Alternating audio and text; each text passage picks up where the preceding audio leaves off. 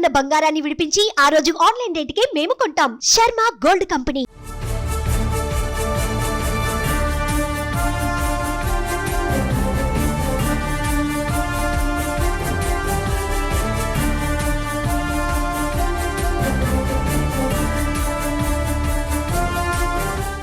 తెలంగాణ ప్రజలకు శుభవార్త.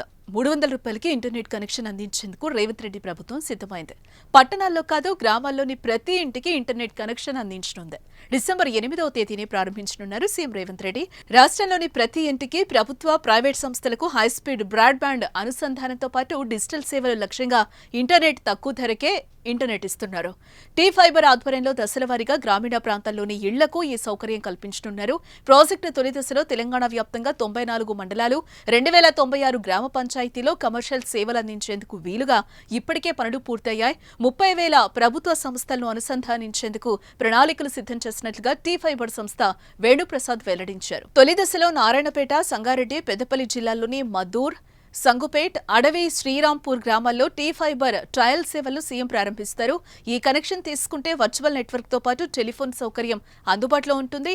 పలు తెలుగు ఓటీటీలను సైతం ప్రజలు చూసే అవకాశం ఉంటుంది.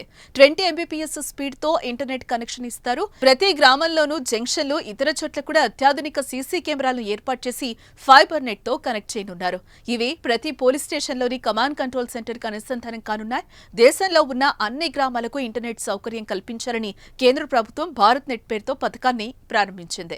అయితే ఈ ఫైబర్ నెట్ కనెక్షన్ బాధ్యతను టీ ఫైబర్ సంస్థ తీసుకుంది.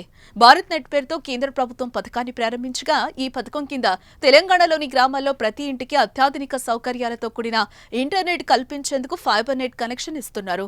ఈ పథకం కోసం ఇప్పటికే రాష్ట్ర ప్రభుత్వం 2,500 కోట్లను కేటాయించింది. అయితే 300 రూపాయలకి ఇంటర్నెట్ కనెక్షన్ ఇంకా అధికారికంగా ప్రకటన విడుదల కావాల్సి ఉంది.